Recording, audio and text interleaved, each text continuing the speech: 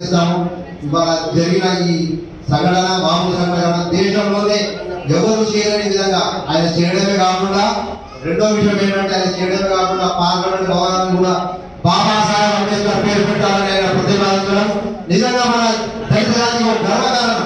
దానికి మనం ప్రతి ఒక్కరూ కేసీఆర్కి నిబద్ధతతో మనం పనిచేయాలని అట్టి వారికి మనం మొత్తం సహకారం అందించాలని కోరుతూ ఇక్కడ వచ్చిన పెద్దలు వీరమనాయక గారు తన అభిప్రాయం తెలియదు. టీఆర్ఎస్ పార్టీ పెట్టినటువంటి 2001లో టీఆర్ఎస్ పార్టీ పెట్టినటువంటి ఉద్యమ నాయకుడు కేసీఆర్ గారు ఇప్పుడు టీఆర్ఎస్ అని ఏర్పాటు చేసుకొని భారతదేశంలోనే నంబర్ 1 సీఎంగా ఉన్నటువంటి కేసీఆర్ గారికి బిఎస్ఎఫ్ గ్రీన్ సైకిల్ ఫౌండేషన్ తరఫు నుంచి కృతజ్ఞతలు. ఎందుకంటే బలుగు బలహీన వర్గాల ఆశలు జ్యోతి డాక్టర్ బిఆర్ అంబేద్కర్ గారి ఒక సచివాలయానికి ఆయన పేరు పెట్టడం ఎంతో హర్షణీయం. యావత్ భారతదేశంలో ఏ సీఎం చేయనటువంటి అద్భుతమైన కార్యక్రమం చేసినటువంటి కేసీఆర్ గారికి మనస్ఫూర్తిగా ఎస్సీ ఎస్టీ బీసీల తరఫున కృతజ్ఞత తెలుపుకుంటూ ఈ సభ ఏర్పాటు చేసినటువంటి కలగోని సత్యనారాయణ అన్న గారికి అలాగే ఇక్కడ ఆధ్వర్యంలో నిర్వహిస్తున్నటువంటి వాళ్ళందరికీ వాళ్ళందరికీ నమస్కారాలు. అలాగే ఎదురు కూర్చున్నటువంటి నా సోదర సోదరులందరికీ నమస్కారాలు తెలుపుకుంటూ అలాగే 1991 ఏప్రిల్ 14న జన్మించినటువంటి రామ్లాల్ సర్పల్జీ భీమాబాయికి జన్మించినటువంటి భీమరావ్ అంబేద్కర్ గారి యొక్క మహారాష్ట్రలో రత్నగిరి జిల్లాలో కొన్ని మనవాడ గ్రామంలో ఉన్నటువంటి ఒక బలుగు బలహీన ఒక ముద్దుబిడ్డ అంబేద్కర్ గారు ఆయన పుట్టడంతోనే ఎంతో అద్భుతమైన విద్యాభ్యాసం చేసి పట్టుదలకు ఆ రోజు రానివ్వకుండా ఎక్కడ రానివ్వకుండా చదవనివ్వకుండా స్కూల్లో రానివ్వకుండా కానీ పట్టుదల అంటే పట్టుదల ఉంటే సాధించలేదు ఏమీ లేదనేటువంటి ఒక నిర్వచనం ఆయనకే సాటి. ఆ పట్టుదలతో చదువుకోవాలి విద్యాభ్యాసం చేసి మా కులానికి అంటే ఒక బలుగు బలహీన వర్గాలు ఎవరైతే వేరే వాళ్ళు వాళ్ళని కించపరుస్తున్నటువంటి ధర్మంతో ఆయన పట్టుదలతో నేను విద్యాభ్యాసం చేసి ఒక రాజ్యాంగాన్ని రాస్తానన్న ఒక దృఢ సంకల్పంతో వెళ్ళినటువంటి వ్యక్తి డాక్టర్ బిఆర్ అంబేద్కర్ గారు. ఆ పట్టుదలతో మొట్టమొదటిగా భారతదేశానికి స్వతంత్రం తీసుకొచ్చి రాజ్యాంగాన్ని రాసినటువంటి వ్యక్తి ఎవరంటే డాక్టర్ బిఆర్ అంబేద్కర్ గారు. ఆయన 1915లో మొట్టమొదటిగా అమెరికాలోని కొలంబియాలో విద్యా సంస్థలో కొలంబియా విశ్వవిద్యాలయం నుంచి మొట్టమొదటిగా పిహెచ్డి డాక్టర్ ఫిలాసఫీ సర్టిఫికేట్ తీసుకున్నటువంటి ఏకైక వ్యక్తి భారతదేశంలో ఎవరంటే డాక్టర్ బిఆర్ అంబేద్కర్ గారు. కాబట్టి అటువంటి వ్యక్తిని గుర్తించి మన యొక్క కేసీఆర్ గారు ఎంతో మంది అనుకుంటారు ఎవరిని కానీ అన్ని కులాలు అన్ని వర్గాల వారికి సహాయం చేసినటువంటి ఏకైక పార్టీ ఏంటంటే మా యొక్క టీఆర్ఎస్ పార్టీ చెప్పారు. దానికి నిజంగా ఒక హర్షించదగ్గ పరిణామం. బాబాసాహెబ్ అంబేద్కర్ కొలంబియా నుండి 22 డిగ్రీలు తీసుకున్నారు, అందులో 4 PhDలు. వారు చదివిన చదువు ప్రపంచంలో ఎవరు ఇంతవరకు నా భూతు నా భవిష్యత్ అనే విధంగా బాబాసాహెబ్ అంబేద్కర్ వారి సంకల్పానికి మనము వాళ్ళ దృఢనిశ్చయానికి అంత అంకిత భావంతో చదివి వారు తన బిడ్డలను సైతం బలంగా పెట్టి ఇవాళ భారతదేశానికి మనకు స్వాతంత్రం ఇచ్చిన దళిత బహుజనుల నాయకుడు ఎవరంటే బాబాసాహెబ్ అంబేద్కర్ అని మనం కాలేజీ చేసి గర్వంగా చెప్పుకునే బాబాసాహెబ్. ఆ రోజుల్లో వీపు చీపుడులు కట్టి మూతికి ముద్దలు పెట్టి నడిపించిన రోజులని. ఆ రోజు నిజంగా అది ఎంత దుష్పరిణామం అంటే అది ఒక మనువాదం అని ఏదో వాదం అని దాన్ని తగలబెట్టి దేశానికి ఆయనే గొప్ప గర్వకారణంగా చేసిన మన బాబాసాహెబ్ అంబేద్కర్ గారు. వారు చదివిన చదువులు అంటే ఆయన ఎవరు సాటినారు ఇవాళ వారు కూడా. ఆ రోజు ఆయన చదివిన చదువులు ఆయన చేసిన డిగ్రీలు ఇంతవరకు ఎవరికి సాధ్యపడలేదు.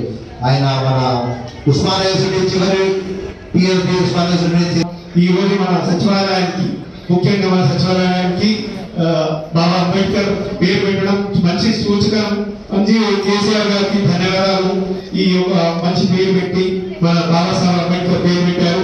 అలాగే ఒక ఢిల్లీలో పార్లమెంట్ కూడా పెట్టే సూచన ఉంది. ఆ ఢిల్లీలో కూడా పెడితే చాలా బాగుంటుంది బాబాసాహెబ్ అంబేద్కర్ పేరు అని నా అభిప్రాయం. ఈ యొక్క మంచి అవకాశం ఇచ్చిన సత్యనారాయణ గారికి ధన్యవాదాలు తెలుసు.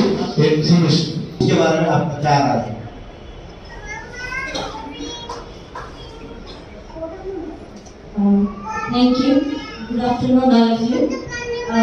मैं सबसे पहले सत्यनारायण सर का शुक्रिया अदा करती हूँ। मैं तो एक्सपेक्ट नहीं करी थी कि I will be on the dais over here today. Thank you very much everyone. I welcome all the dignitaries as well as the guest over here. मैं एक वर्क ऑर्गेनाइजेशन से बिलोंग करती हूँ। जैसा कि आप लोग देखते हैं मेरे टी शर्ट के ऊपर एक ट्री उतरा हुआ है जिसकी जड़ें जमीन पर हैं, लेकिन उसके अतराफ में सारे धर्मों के साइंस हैं। यानी हम सब एक ही मानव जाति के हैं, लेकिन हम सब इन साइंस से जो बचे हुए हैं की तरह हैं हम सब, जिसमें फल भी होते हैं, फूल भी होते हैं और पत्ते भी होते हैं, कहीं कांटे भी होते हैं। तो हम सबको इसी तरह मिलजुल कर एक बगीचे की तरह रहना है इस दुनिया में। हम कोशिश करते हैं कि हम सब अपने बहनों भाइयों को इसी तरह जोड़ के रखें जिस तरह ये ट्री में हम दिख रहा है, नजर आ रहा है कि हम कैसे जुड़े हुए होना चाहिए।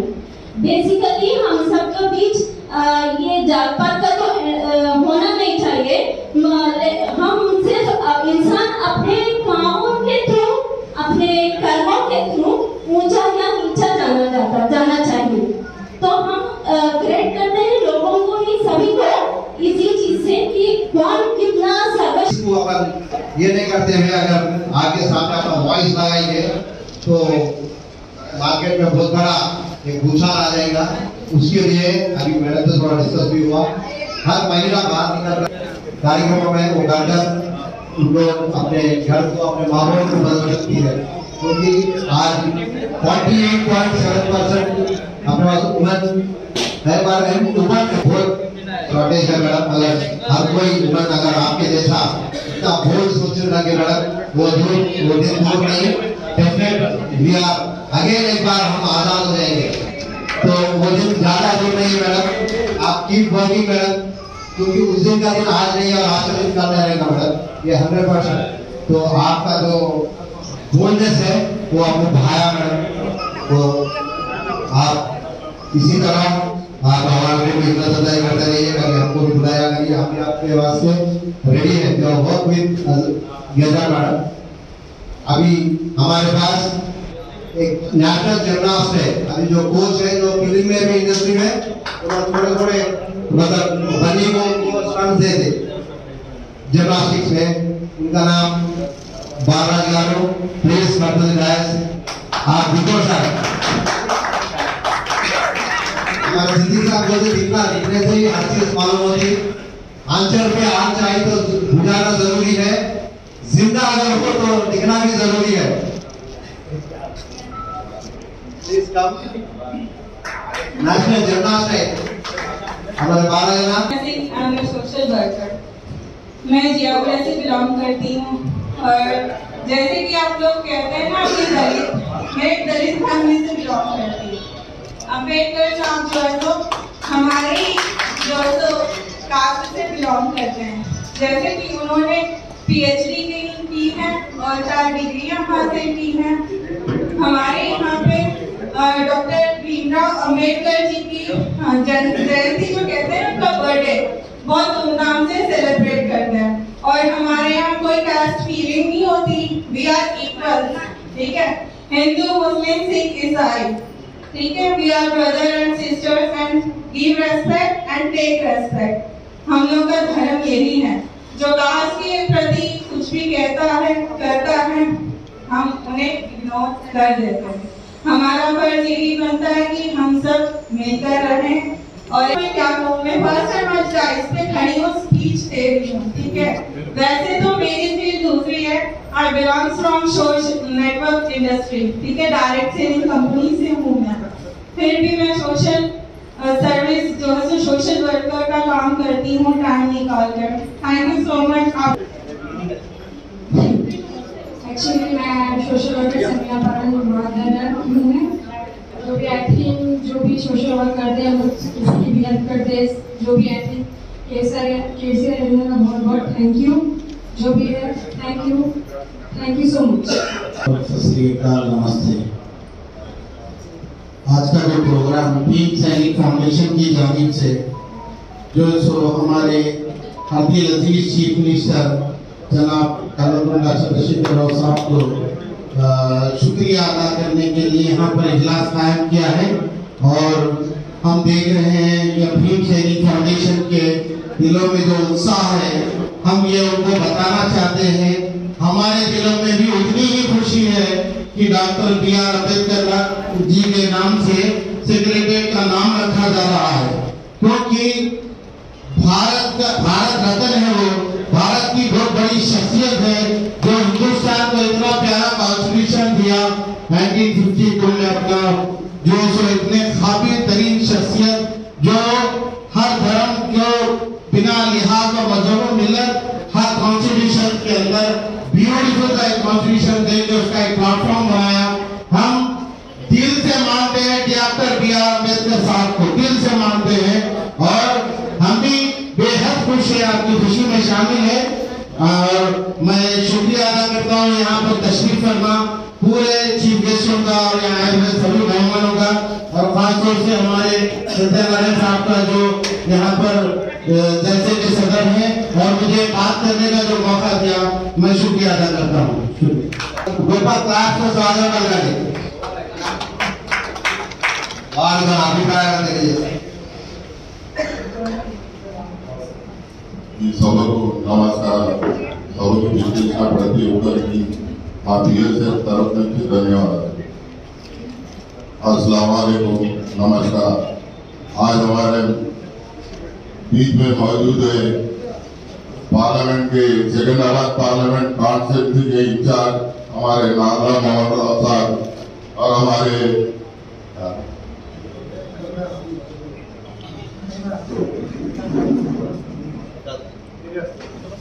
इधर भाई और हमारे टीआरएस पार्टी के सीनियर लीडर भुल्ली भाई और हमारे अम्बली कॉन्स्टिट्यूंसी के सीनियर लीडर और एससीएल के प्रेसिडेंट और हमारे मार्केट डायरेक्टर के प्रेसिडेंट है हमारे संजय भाई साहब, बीएसएफ फाउंडर के प्रेसिडेंट है बाला चंदा अवार्ड हमारा कालाकोटी सत्यम साहब और सबसे ज्यादा हमारे नामपल्ली कॉन्स्टिट्यूंसी के 50 साल से हमारे पूरा व्यवस्था है हमारे सिद्दीक भाई साहब और हमारे विद्यासागर साहब और हमारे बहादुरपुर कांटेस्टेड कारपोरेटर वीरमणि मैडम साहब और इकबाल मैडम साहब, अभी आज जितने भी डेस्क पे बैठे पूरा को जरा धन्यवाद। भाई और बहनों, आज हमारे हिंदुस्तान आजाद होकर 75 साल हुआ। 75 साल के अंदर कभी भी कोई भी हुकूमत, जितने भी हुक्मरान ने हुकूमत किए पर आज तक बाबा साहब अम्बेडकर का कोई नाम न रहना था। हमारे केसीआर साहब ने जो हमारे तेलंगाना सेक्रेटरीट के स्टेट के सेक्रेटरीट के जो नाम लगाए हैं वो भीमराव अम्बेडकर बोल के जो नाम लगाया उनका मैं बहुत बड़ा शुक्रिया अदा करता हूँ। और हमारे देवी फाउंडेशन के साथ हमारे जितने भी हमारे दलित भाई और बहनों सबका शुक्रिया अदा करते हुए मेरे को ये मौका दिए तो जय हिंद जय भीम। గొప్ప నిర్ణయం తీసుకొని అంబేద్కర్ గారి పేరు నామకరణం చేసి చాలా గొప్ప నిర్ణయం తీసుకొని నాకు చాలా మంచి అవకాశం ఇచ్చిన కేసీఆర్ గారికి ధన్యవాదాలు।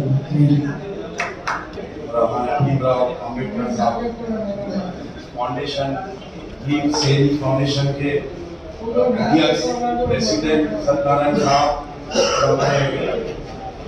सीनियर लीडर जनाब सिद्दीकी साहब, एमए सिद्दीकी साहब और जितने भी जरा यहाँ बैठे सुकुमार साहब और जितने भी विद्यासागर साहब और यहाँ पर बैठे जितने भी ये मीटिंग में मेरे भाइयों और मेरी माँ और बहनों, सभी भाइयों को आज बहुत अच्छा मुझे महसूस हुआ क्योंकि मैं भी भीमराव अम्बेडकर साहब का बहुत लाइकर हूँ, मैं फैन हूँ। क्योंकि जब हिंदुस्तान के अंदर पहला जब संविधान बना तो इतना प्यारा इतना जबरदस्त संविधान बनाया गया है हमारे भीमराव अम्बेडकर साहब की तारीफ से।